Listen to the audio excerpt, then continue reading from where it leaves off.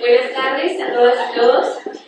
Les damos la bienvenida a nuestro tercer y último día del segundo Congreso Internacional especializado en oralidad penal. La primera conferencia de esta tarde corresponde a la doctora Paola de la Rosa Rodríguez, presentando el tema Reflexiones sobre la prueba ilícita en materia penal, y de quien me referiré sus índices curriculares. Paola de la Rosa Rodríguez, profesora investigadora de la Facultad de Derecho de la UASLP, coordinadora de la especialidad en Derecho Penal, líder del Cuerpo Académico Criminología, Seguridad Pública y Ciencias Forenses, doctora en Derecho, maestra en Abogacía con énfasis en juicios orales, en Southwestern Law School, en Los Ángeles, California. Maestra en Derecho Internacional del Instituto Tecnológico y de Estudios Superiores de Monterrey. Docente certificada en el nuevo sistema de justicia penal, CETEC.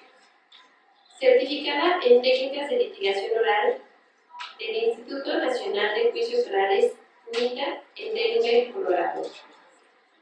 Miembro del Sistema Nacional de Investigadores Nivel 1. Miembro de la Red Iberoamericana de Investigadores en Derecho, Familia, Migraciones Internacionales y Solución de Conflictos, Red FAMISOL.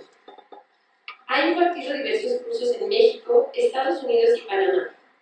Cuenta con diversos artículos y libros publicados en temas de sistema penal acusatorio. Le damos la bienvenida.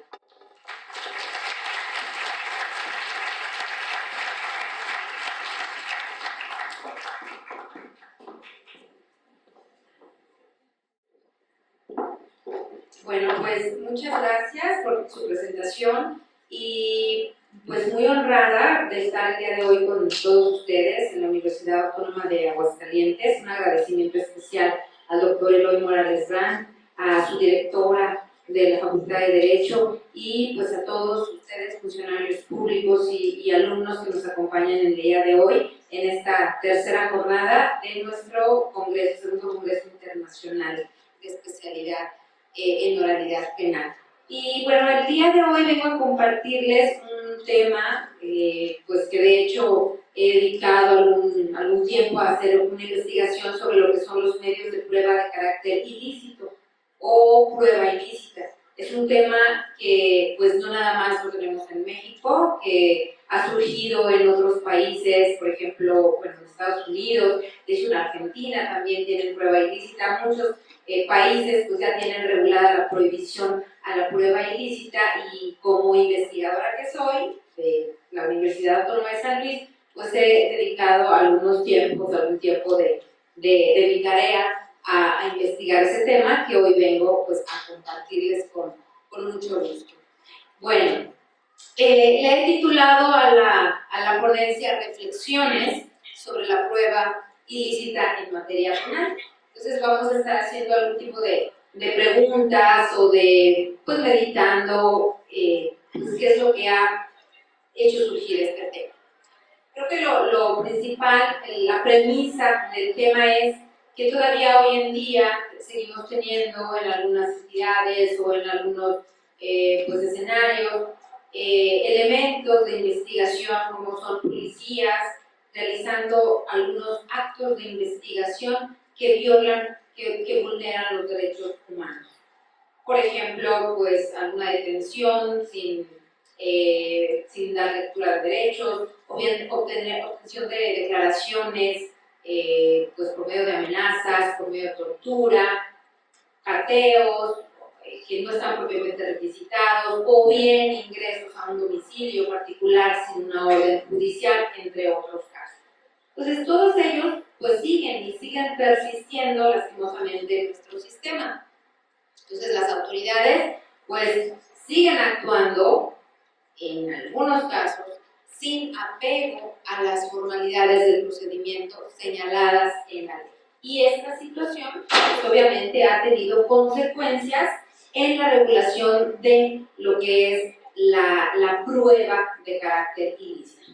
Nosotros en México fue hasta el año 2008, en nuestra Constitución, en el artículo 20, apartado A, fracción novena, cuando comenzamos a regular la prohibición de los medios de prueba de carácter ilícito. Ya en el texto constitucional, y después vendrían algunos criterios jurisprudenciales, tesis y demás, en donde también hacen alusión a este tema de la prohibición de la prueba ilícita. Bueno, tenemos entonces que uno de los objetos, uno de los propósitos de nuestro proceso penal es el esclarecimiento de la verdad.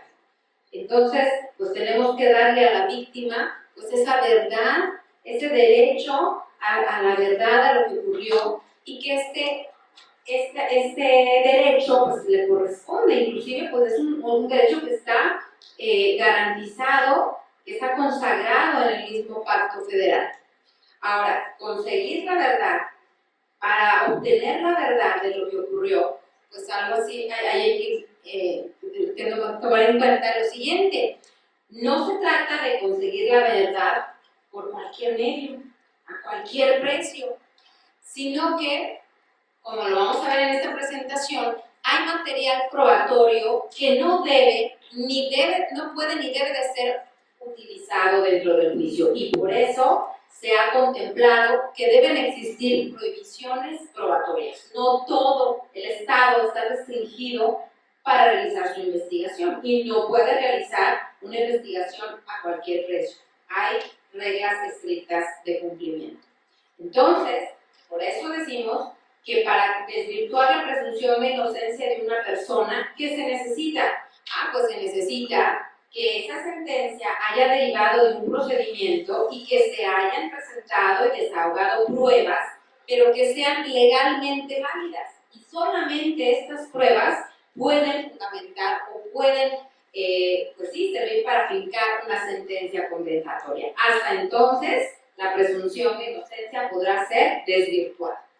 Entonces, dentro de las reflexiones que vengo a invitarles a compartir el día de hoy, son las siguientes. A ver, si ponemos por ahí una balanza, ¿qué debe de prevalecer?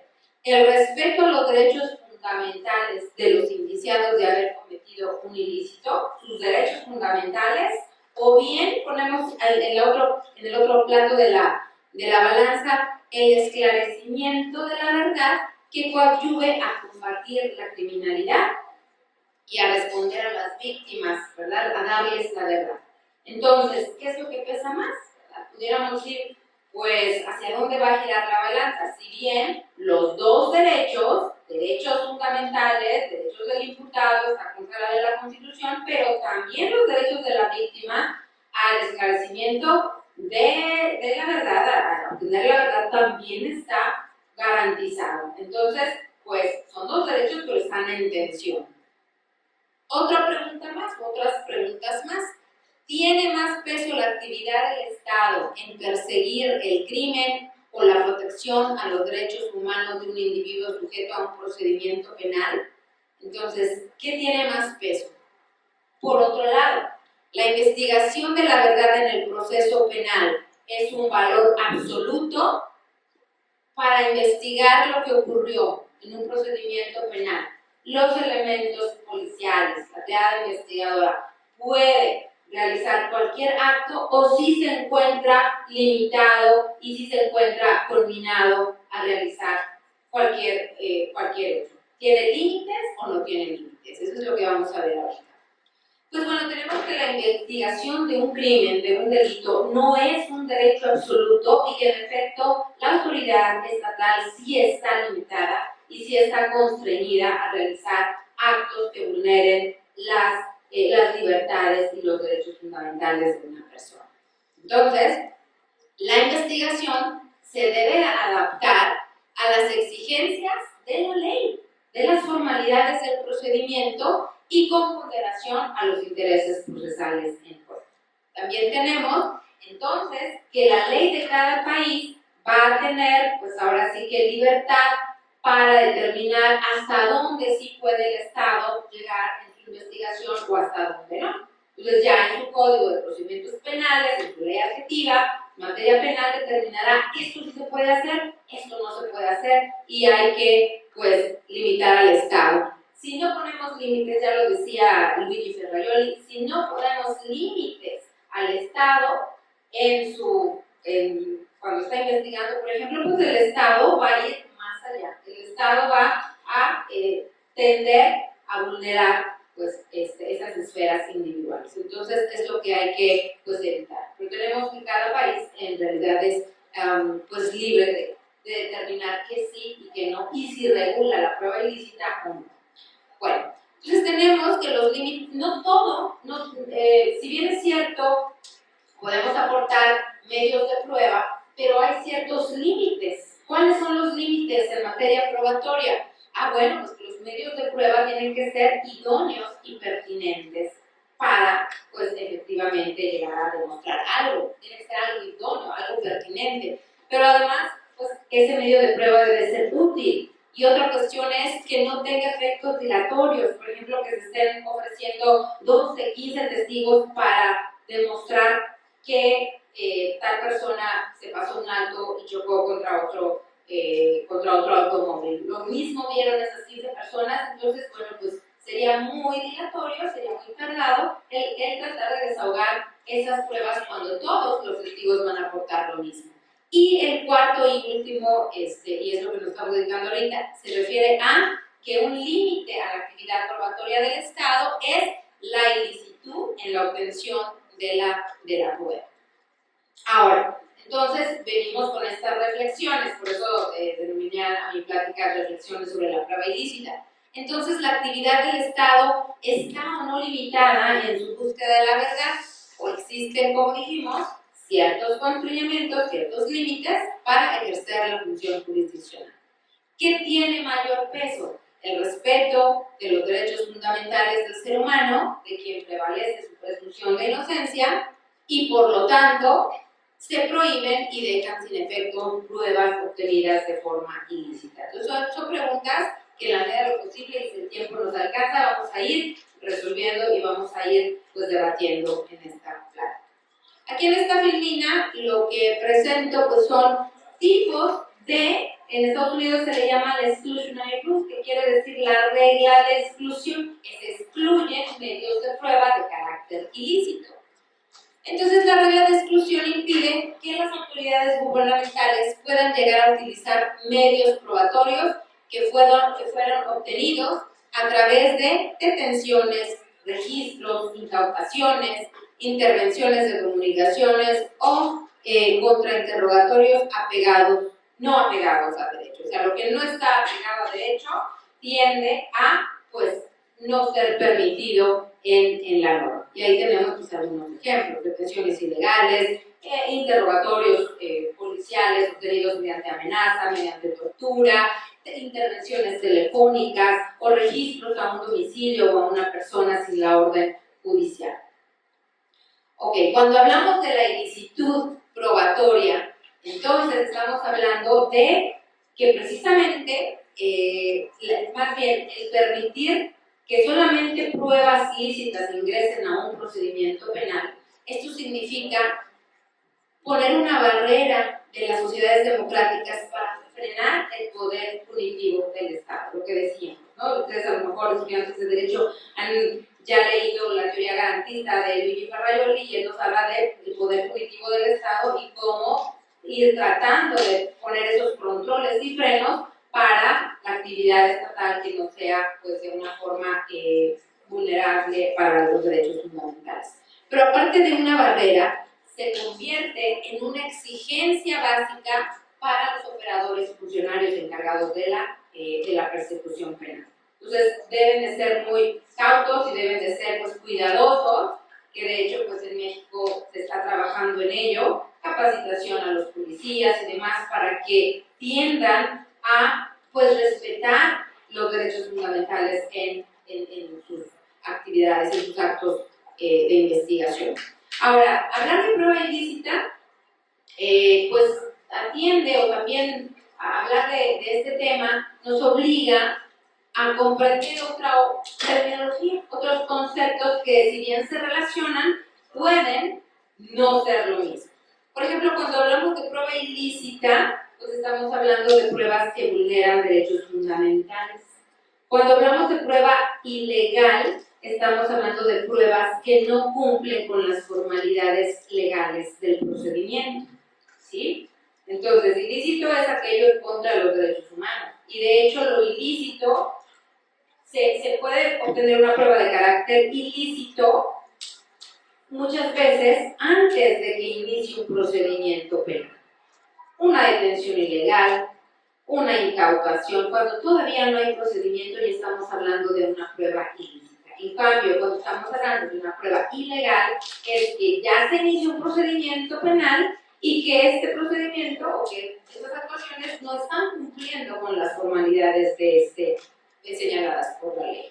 Cuando hablamos de prueba prohibida, pues bueno, es una de las consecuencias de la ilicitud de la prueba, ¿no? Uno de los efectos, es una prueba que tiene que ser prohibida.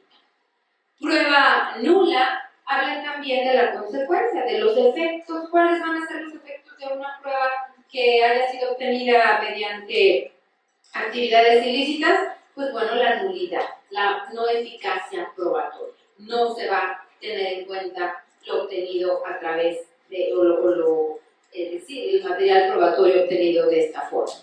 También se habla de prueba espuria, prueba irregular o incluso prueba inconstitucional en los países en donde ya está contemplada en la Constitución la prueba de carácter ilícito.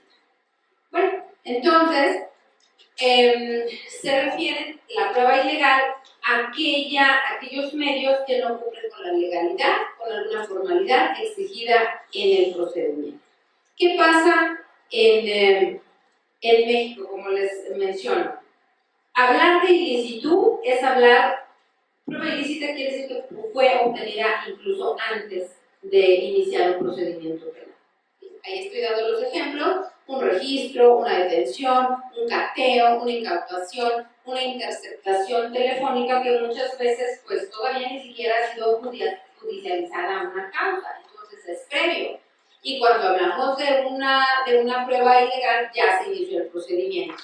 Ahora, ¿qué pasa en nuestra legislación? Bueno, en el sistema jurídico mexicano, cuando hablamos de provisión de prueba ilícita, tenemos que atender los siguientes. Primero, al principio de legalidad, ya que de acuerdo a los postulados del principio de legalidad, no puede haber pena sin un juicio legal.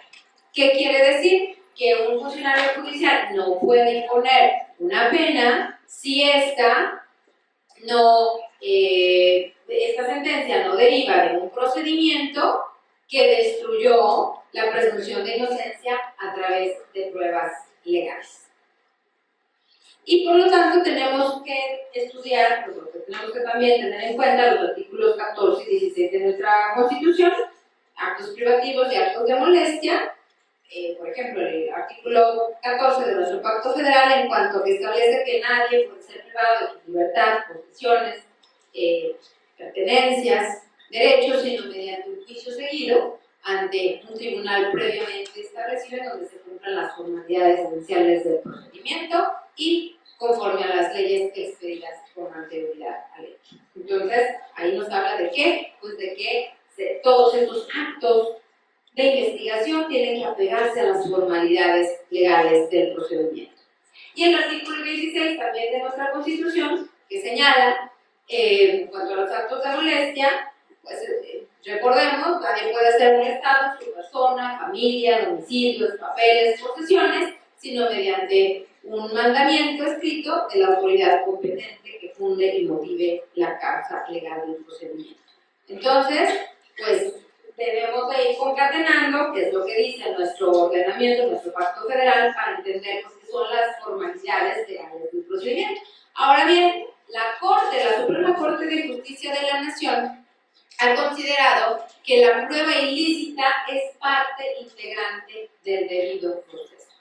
¿Sí? Entonces, el Estado debe de aportarse, debe de limitarse y ofrecer a sus ciudadanos procedimientos legales, procedimientos jurídicos apegados a la norma. Ya lo decía también, ahora pues ya en otro plano Sergio García Ramírez. Entonces debemos de apegarnos a un debido proceso. Y este debido proceso comprende el derecho a no ser juzgados a partir de pruebas obtenidas al margen de las exigencias constitucionales y legales. De acuerdo al artículo 14 constitucional, ya también referido, pues tenemos formalidades legales del procedimiento que deben de cumplirse y admitir normas que hayan sido o que estén en transgresión a estas formalidades, pues entonces estaríamos dejando al inculpado pues, en una situación desventajosa para hacer valer su defensa frente a la actividad del Estado. Ahora, ¿cuáles son esos tipos de pruebas de carácter ilícito? Bueno, pues pueden haber varias. Y de hecho, y lastimosamente, pues se practican y se siguen practicando. Por ejemplo, la tortura en la obtención de las confesiones o declaraciones, también hay amenazas, también hay, por ejemplo, la autoincriminación. La autoincriminación, pues, de hecho, desde los mismos Estados Unidos, y debe de ser prohibida, ¿no? ¿Por qué? Porque la autoincriminación es o da pauta que la persona pueda decir, sí, yo cometí un hecho, para evitar ser torturado o ser amenazado o sufrir algún tipo de daño por parte de la autoridad. Entonces, la autoincriminación no debe de permitirse. La vulneración al derecho de guardar silencio, por eso toda persona, la persona desde el momento mismo de su detención, se le debe dar la lectura de derechos y el policía pues, debe de referirle todo lo que digas puede ser tomado en tu contra. Tienes derecho a guardar silencio. Y si no le dices, si no le refiere el policía, entonces lo que diga esa persona, pues no va a tener carácter de ilicitud, ¿verdad? ¿Por qué? Porque no le refirieron este derecho y esta garantía que tiene. O por ejemplo el engaño para obtener la autoincriminación. O las declaraciones autoinculpatorias hechas ante un policía. La autoinculpación derivada de alguna escucha telefónica. No sabemos si estamos siendo intervenidos telefónicamente. Bueno, pues eso está prohibido.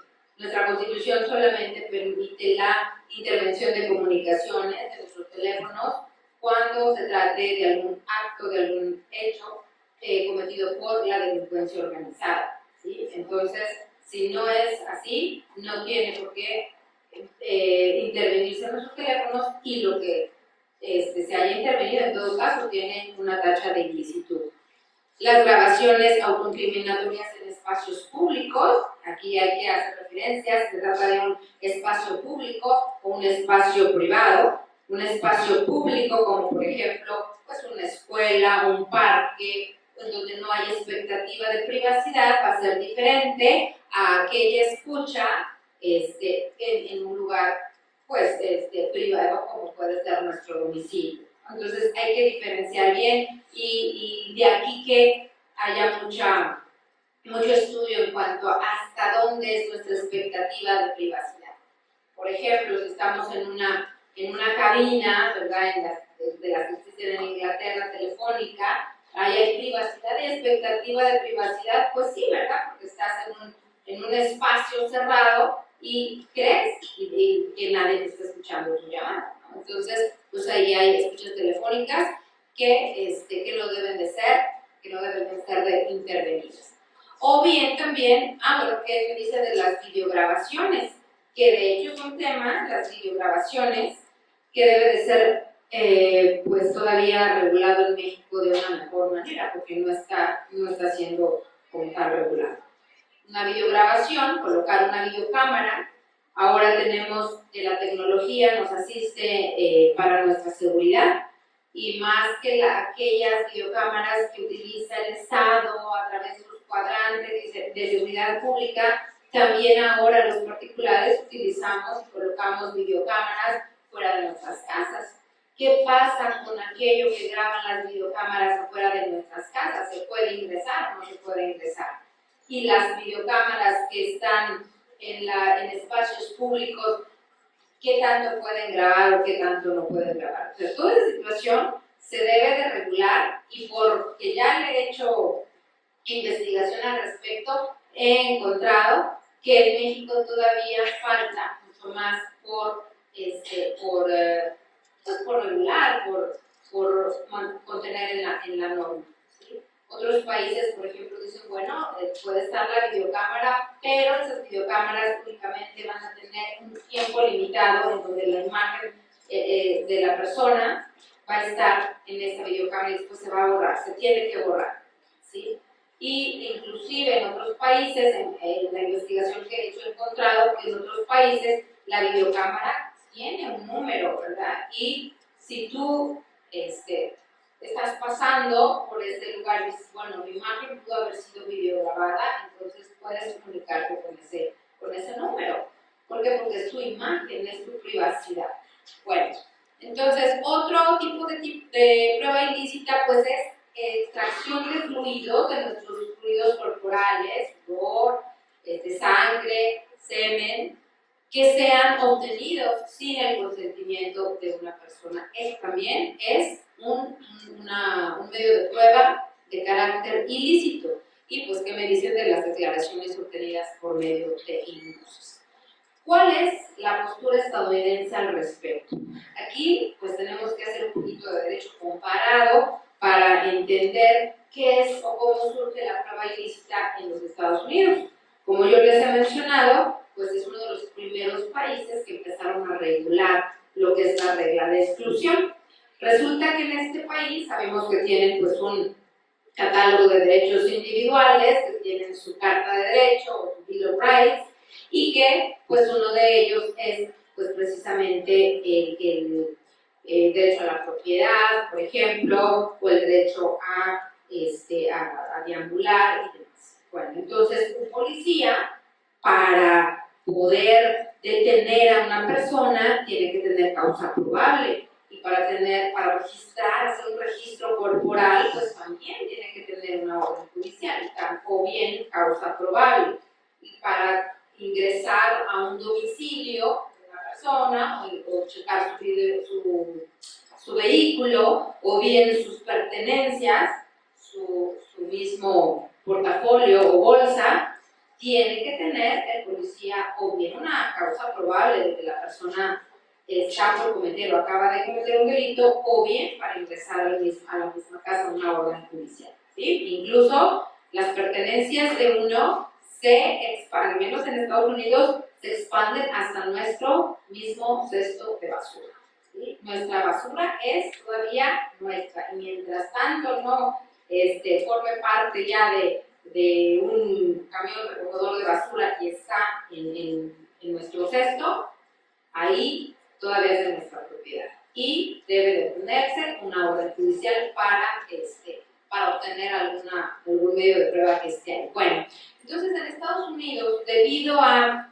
la actividad policial violatoria de estos derechos que les estoy diciendo, surge 1850 y tantos, 1854, surge la prohibición de la prueba ilícita, o lo que le llaman allá la regla de exclusión.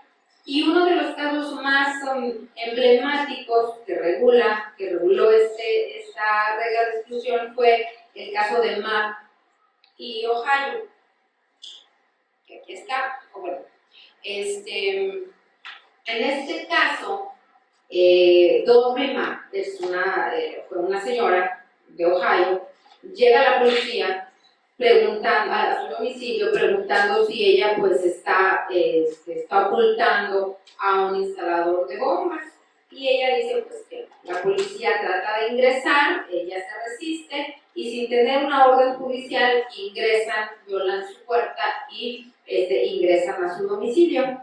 No encontraron a alguna otra persona que se suponía que ella estaba escondiendo, pero lo que sí encontraron fue material pornográfico que está prohibido por la ley de Ohio. Entonces, en este caso, fue uno de los primeros que fue a dar a las cortes estadounidenses, y en donde se determinó que esas pruebas no podían ser valoradas. ¿Por qué? Pues porque habían sido obtenidas mediante el ingreso ilícito de personas, de policías, y sin una orden judicial. Entonces, ese es un caso de los primeros, les digo, de 1854, en donde pues se prohibió. Otro, por ejemplo, fue el de Miranda contra Arizona, también ese fue ya de 1960 y tantos, en donde una persona, de hecho, Ernesto Miranda, de Arizona, de origen también mexicano, se le culpó de haber violado a 3 personas, pero el policía no le dijo que tenía derecho a guardar silencio. E incluso cuando se le dijo se pasó a la persona víctima a reconocer en la línea a una persona, a su violador, no habiendo reconocido a la víctima, el policía le dice, ¿sabes qué, Ernesto Miranda? Ya te reconoció, así es que ahora tienes que decir. Y pues empieza a una autoincriminación inducida por el policía que le mintió. Entonces, pues ahí son casos en que se han dado esas pruebas de carácter ilícito. Entonces, la postura estadounidense es de prohibir esos medios de prueba ilícitos para disuadir a los policías de violar los derechos consagrados por las enmiendas constitucionales. El principal propósito fue el disuadir a esos policías de actuar de esta forma. Por eso tengo ahí mencionado que la exclusión de la prueba ilícita está calculada para evitar, no para reparar, según el Tribunal Supremo norteamericano, y tiene como propósito disuadir la actividad policial de carácter ilícito. Ahora, pues otra cuestión es lo que se está ya viendo, ¿verdad? ¿Estamos entonces tratando de sancionar al policía o no se está sancionando? Bueno, esa es la postura en Estados Unidos. Sin embargo, el tema también ha sido estudiado en Europa. Por ejemplo, en Alemania, ellos contemplan un principio de no autoincriminación. Entonces, igual las personas no pueden autoincriminarse. Y Alemania tiene si bien en Estados Unidos se contempla más la prohibición de esta prueba, no va a ser ni puede ser presentada ni puede ser valorada. Esa es la postura estadounidense. La postura en Alemania cambia, porque en Alemania dicen, vamos a ponderar, vamos a poner en una balanza la gravedad de la ilicitud, la gravedad de la conducta cometida por una persona que está siendo investigada, por un lado, pero por otro lado también vamos a medir el peso que tiene la injerencia del policía, porque prohibir en todos los casos las pruebas ilícitamente obtenidas, pues no va a ser lo mismo. Como no va a ser lo mismo, a lo mejor un secuestro o una violación a una persona, como un delito, por ejemplo, de amenazas, como las conductas de carácter ilícito. Pero por otro lado, tampoco va a ser lo mismo una injerencia policial en donde entraron y rompieron a tu domicilio y cometieron actos de tortura. No será lo mismo que aquel caso en donde el policía entra con una orden de cateo, una orden judicial, en donde no vengan pues bien especificados los nombres o los artículos que hay que encampar. Y también es una prueba, puede ser un tecnicismo de una prueba ilícita. Entonces, ahí en Alemania ellos dicen hay que ponderar y hay que valorar tanto la injerencia policial como la actividad ilícita que se está investigando. En este caso, en este país, fue muy emblemático el caso del hijo de un banquero al cual secuestraron y posteriormente mataron. Y la persona que estaba siendo pues indiciada, el presunto responsable, que ya estaba en sede policial, llega el policía y le amenaza, ¿verdad? Lo amenaza de que, pues si no le dicen dónde está la persona o el niño, pues entonces así le va a ir, ¿verdad? Y le va a proferir ahí ciertos golpes y demás. Y de esta amenaza, el presunto responsable, pues sí, efectivamente, sí dice, bueno, sí, él cuenta lugar y dan con el niño, efectivamente dan con el niño que ya estaba, pues, ahora sí muerto. Pero entonces en este caso se sopesó que ¿a qué le iban a dar precisamente más peso? ¿A la vida de la víctima o a la dignidad del sospechoso? En efecto, en este caso sí se pudo obtener por medio de una amenaza el lugar en donde estaba esta persona secuestrada. Y sí se valoró, en este caso, el Tribunal de Alemania sí aceptó valorar esta declaración obtenida mediante una amenaza. Entonces, bueno, pues les digo, ahí hay otra postura de que sí se puede ponderar y entonces será pues caso por caso y hay que excluir la evidencia, pero depende del acto cometido, del delito cometido y de la injerencia policial. Bueno, tratando de determinar si una prueba es eficaz o no dentro del procedimiento, se deben de considerar entonces los siguientes elementos: la seriedad del crimen, como les estoy diciendo, la gravedad de la prueba, cómo fue obtenida, la gravedad, el valor demostrativo que tiene la prueba, la fortaleza de la sospecha y los intereses constitucionales en juego. Entonces, al menos en este tribunal europeo se establece que deben de considerarse estos aspectos para determinar si ingresa o no una prueba de carácter ilícito, ¿sí? Ahora, la postura estadounidense que les dije que era de una prohibición muy férrea de no admitir pruebas ilícitas, en realidad al paso del tiempo empezó a flexibilizarse, dando paso a lo que serían las excepciones a la regla de exclusión. O sea, que en estos casos que están señalados, fuente independiente, vínculo atenuado, descubrimiento inevitable y buena fe, en esos casos sí se podría aceptar en un juicio el tanto ofrecer como valorar las pruebas de carácter ilícito. Entonces, se dio un paso hacia adelante en decir, bueno, ¿saben qué? El estar prohibiendo pruebas ilícitas de forma absoluta, de forma rígida, pues está provocando impunidad, está provocando que pues no se lleguen a juzgar estas personas o no se lleguen a sentenciar. Entonces lo que ellos hacen es, vamos a contemplar estas excepciones. Y así, en Estados Unidos está la fuente independiente. La fuente, me van diciendo del tiempo, porque no tengo yo aquí Ok, entonces, la fuente independiente quiere decir que si una prueba, más bien, si un hecho puede ser verificado o puede ser acreditado por una fuente independiente, separada, distinta de aquella que está manchada de ilicitud, entonces esta sí se puede admitir en un juicio.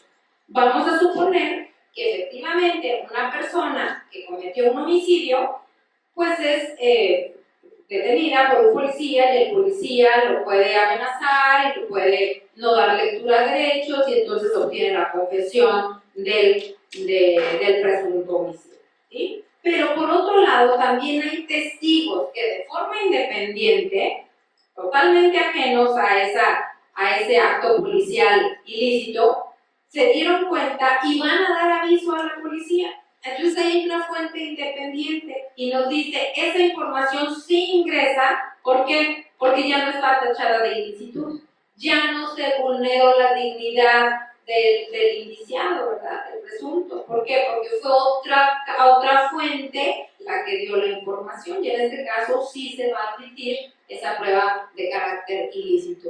Otro es el vínculo atenuado. El vínculo atenuado quiere decir que entre la primera ilicitud, vamos a suponer en el caso que les dije de un ingreso policial sin una orden de cateo, eso ya es ilícito y lo que se obtenga también sería ilícito. Pero si la persona que estaba en la casa da o hace mención, refiere, sí, bueno, sí, yo participé en este ilícito, pero también participó mi amigo tal.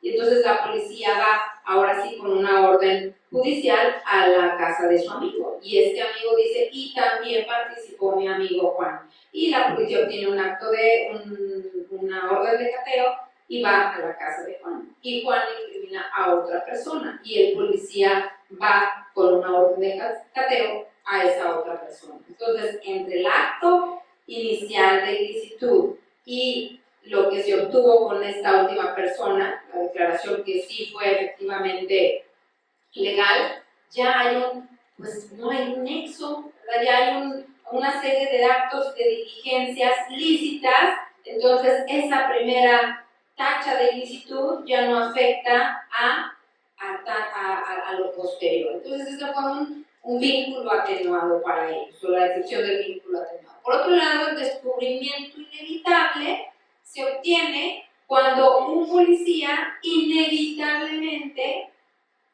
pudo y obtuvo esa información, como por ejemplo si una persona tiene un plantío de cocaína, de marihuana, de forma muy visible vamos a suponer, en el patio de su casa, pero ese patio pues ahora sí que es transitado por personas en la banqueta y dan con esa información, ¿sí? Entonces es un descubrimiento inevitable, que aunque el policía ingrese sin una orden de cateo o de alguna otra forma ilícita, pues el descubrimiento que inevitablemente tuvo este miembro de la policía, pues ya hace que esa información sí pueda ingresar. Y por cuarto lugar, también la excepción es la buena fe. La buena fe ocurre cuando el policía ingresa vamos a suponer, ingresa a un domicilio con una orden que no está propiamente requisitada. Entonces no está propiamente los datos, el objeto que se iba a incautar o la fecha o el nombre, pero pues ahí es donde tiene carácter de ilicitud, pero la buena fe con la que procedió el policía da paso a que sí pueda ser admitido. Bueno, entonces vamos a ir avanzando un poquito, porque sé que tengo por ahí los minutos contados, pero vamos a ir avanzando. ¿Qué pasa entonces en México y cómo está regulada la prueba ilícita en el Código Nacional de Procedimientos Penales? Bueno, como premisa tenemos que hay libertad probatoria, es decir, pues que se pueden ofrecer los medios, hay libertad de ofrecer medios, siempre y cuando estos no sean ilícitos y no sean impertinentes y sean los idóneos, como ya les he mencionado. El artículo 262 nos habla del derecho que tienen las partes a ofrecer medios de prueba, y el 356 nos habla de que se puede probar o demostrar los hechos por cualquier medio que haya sido pertinente. Al hablar de libertad probatoria tenemos esos dispositivos. Ahora, legalidad probatoria está normada tanto en el artículo 263 como en el 357 de nuestro código. Y el primero señala que las pruebas deberán ser obtenidas, producidas y reproducidas lícitamente, así como su admisión y desahogo. Entonces, la prueba ilícita no es únicamente la que se obtuvo de forma que vulnera derechos fundamentales, sino también aquella que se produce o que se desahoga en juicio de una manera ilícita. Por ejemplo, cuando un familiar que es declarante, pues él tiene que decir que tiene derecho a no incriminar a su familiar, etc. Si no se le señala esta particularidad, entonces también estaremos hablando de una prueba producida en juicio, en una audiencia, de forma ilícita. Entonces, no nada más los obtenidos, sino los producidos y reproducidos ilícitamente.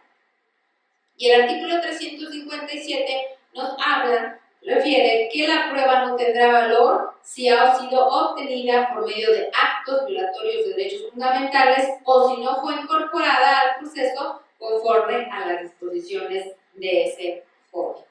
Ahora, al hablar de la exclusión de los medios de prueba, el artículo 346 pues, dispone lo mismo, ¿verdad? ¿Cuáles medios de prueba serán excluidos y cuál será la consecuencia?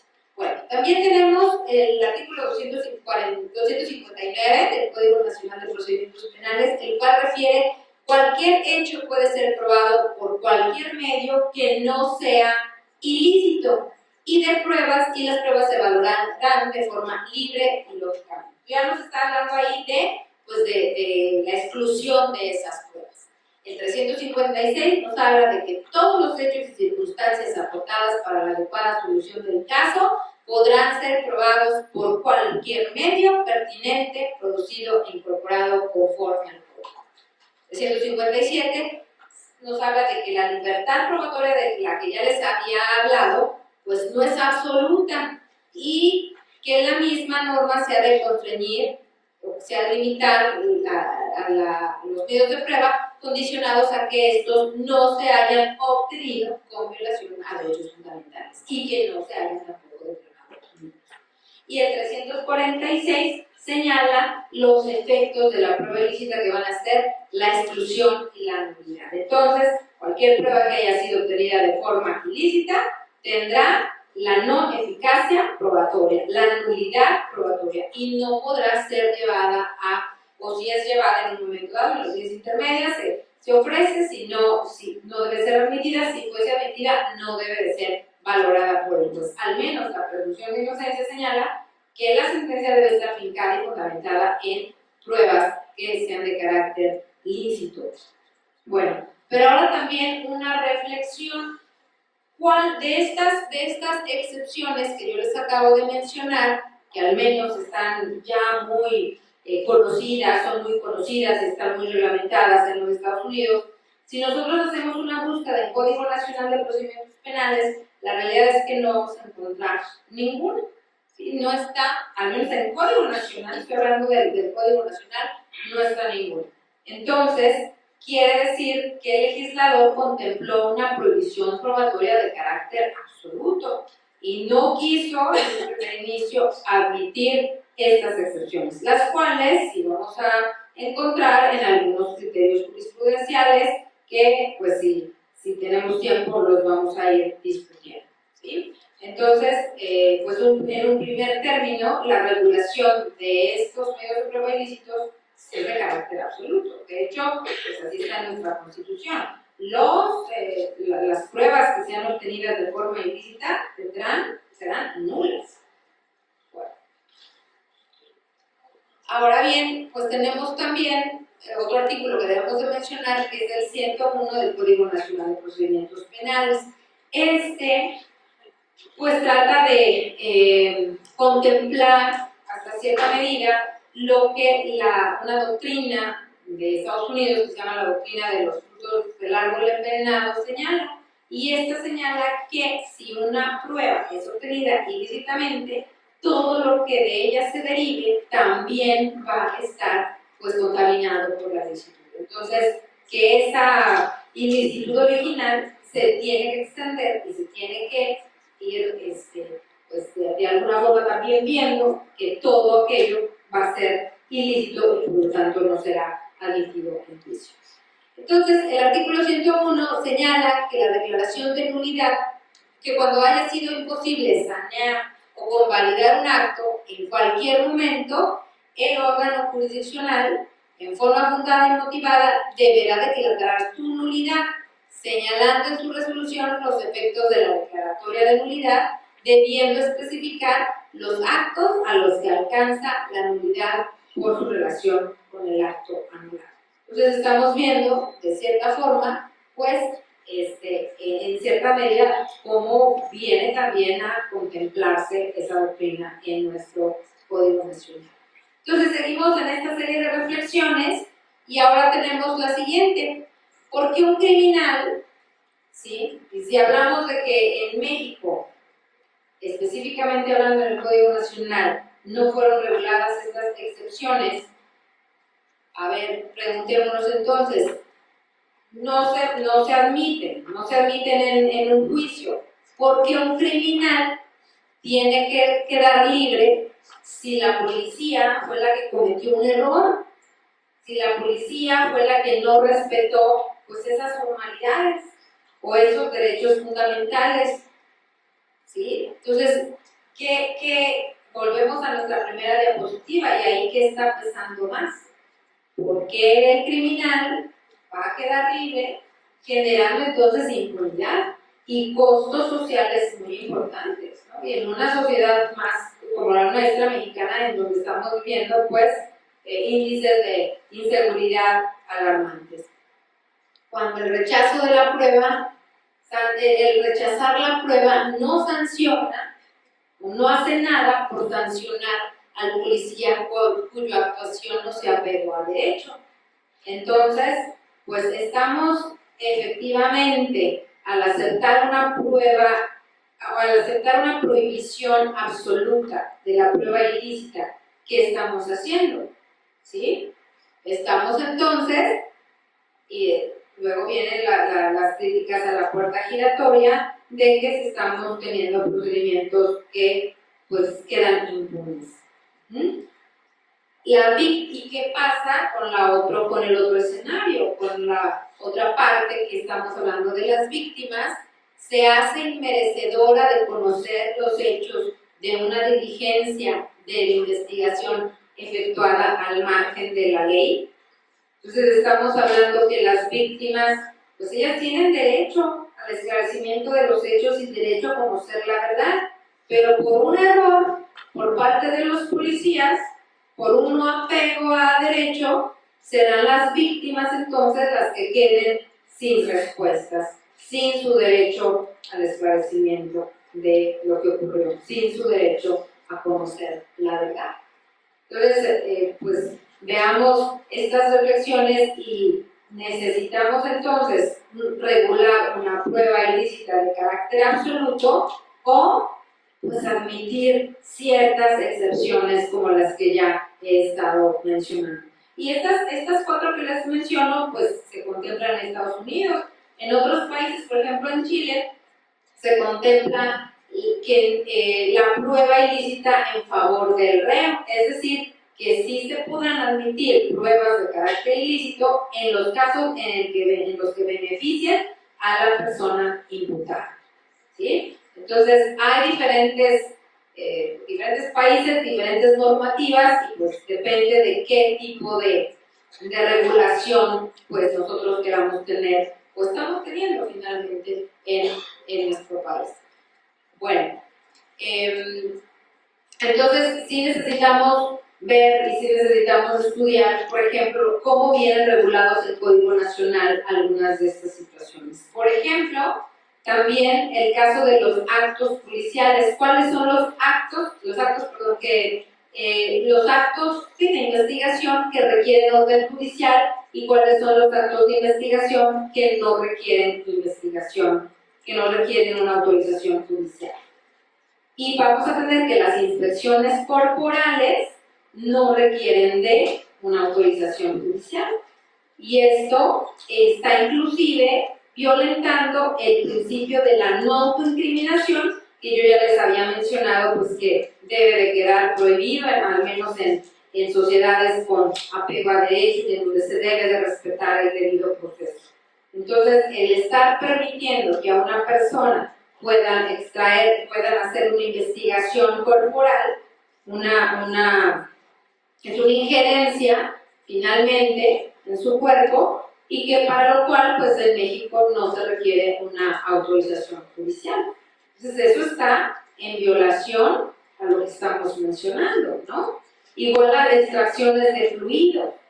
Si ustedes checan el Código Nacional de Procedimientos Penales, artículo 269 dispone que a una persona se le pueden extraer o se pueden hacer actos de investigación extrayendo esos fluidos corporales sin que haya consentimiento de la misma persona, ¿verdad? Entonces, por un lado está esa regulación, por otro lado también el Código Nacional dice, bueno, no podremos realizar actos que estén pues que vulneren la voluntad y el libre consentimiento de los imputados. Entonces, ahí hay ciertas inconsistencias en la misma regulación de este código.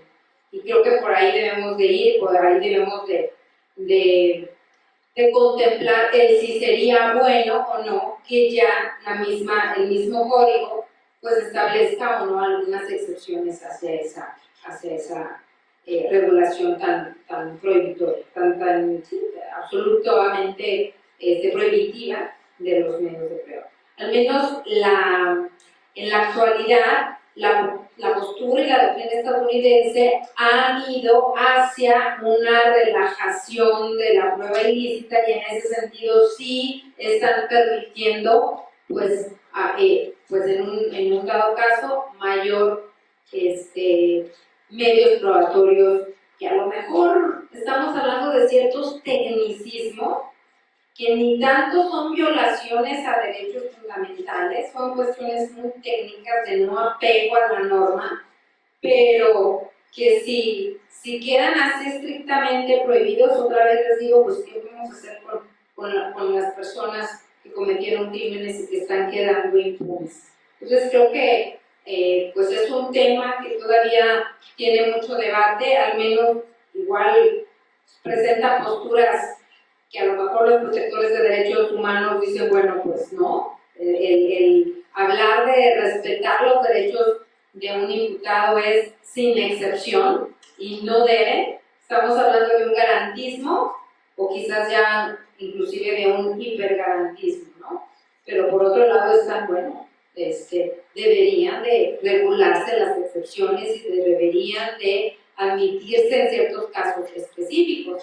Al menos en la investigación que he hecho me he encontrado que las posturas de los tribunales de derechos humanos en Europa y en América son distintas, y mientras el Tribunal Europeo de Derechos Humanos admite excepciones, sí está admitiendo en ciertos casos excepciones y sí puede ingresar reglas de medios probatorios de carácter ilícito, la Corte Interamericana de Derechos Humanos, pues no, ahí está diciendo debe de mantenerse ese derecho al debido proceso y pues el estar incorporando en un juicio medios de carácter ilícito está atentando el debido proceso de los indiciados.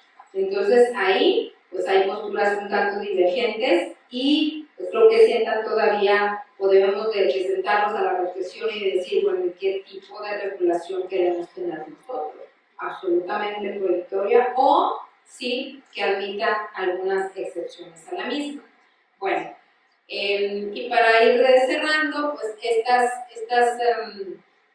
reflexiones las siento en una obra que el día de hoy pues también les pongo a su consideración y que he titulado La prueba ilícita en el sistema acusatorio en México, que implica su exclusión, y que es pues una revisión no nada más de normativa, de cómo está regulado en México y en otros países, sino que incluye también pues, casos, jurisprudencia, criterios jurisprudenciales, entre otras regulaciones y entre otras reflexiones importantes. Entonces creo que es un tema que todavía no está acabado en México, que sí puede sentar, todavía puede crear pues una discusión entre pues, los creadores de la norma y bueno, finalmente lo que los tribunales pues, también y criterios jurisprudenciales lleguen a decir al respecto. Entonces, bueno, pues creo que son algunas reflexiones que les traigo por el día de hoy y pues si alguien se interesa por el libro, por ahí me dice. Y pues muchísimas gracias por su atención.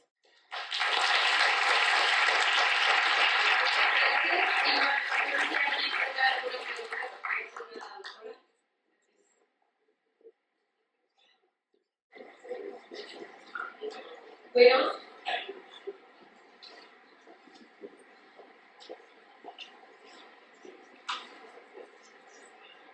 sí, gracias. Con respecto a la conferencia, hice mucho hincapié en la primera diapositiva, cuando ponía la balanza entre, por ejemplo, si ponderar primero lo que es la búsqueda de la libertad o también los respecto a los derechos humanos a las víctimas y estas cuestiones. ¿Dónde cae o dónde recae la delgada línea en decir, bueno, entendí que hay que buscar un balance entre ambos puntos, pero considero que no siempre se puede hacer ese caso? ¿Dónde recae el directo balance en decir, el fin siempre justifica los medios? Cuando tiene que, por ejemplo, ponderarse más la libertad o los derechos de las personas o la búsqueda de la verdad? ¿O siempre se tiene que buscar ese equilibrio, ese balance, siempre que ponderar el fin para llegar a ese medio, de siempre el equilibrio, siempre la verdad o siempre los derechos? Sí, muy buena pregunta. De hecho, tenemos que hacernos pues esa reflexión, ¿verdad? ¿Hay límites o no hay límites? ¿Hasta dónde puede llegar el Estado? El Estado podrá rebajarse a la criminalidad, a los medios de la criminalidad para investigar este flagelo o no.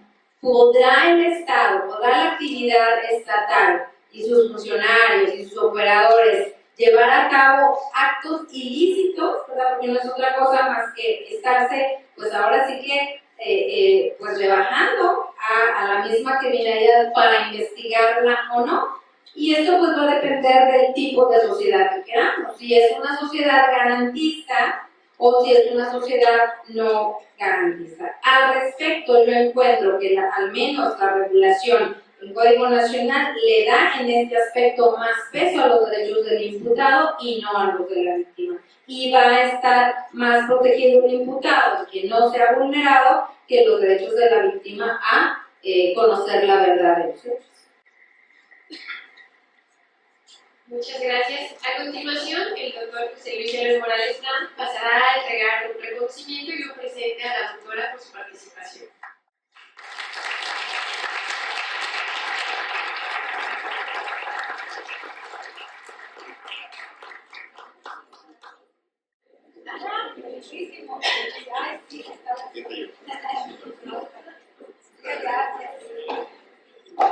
Y bueno, vamos a tomar un ligero receso de 5 minutos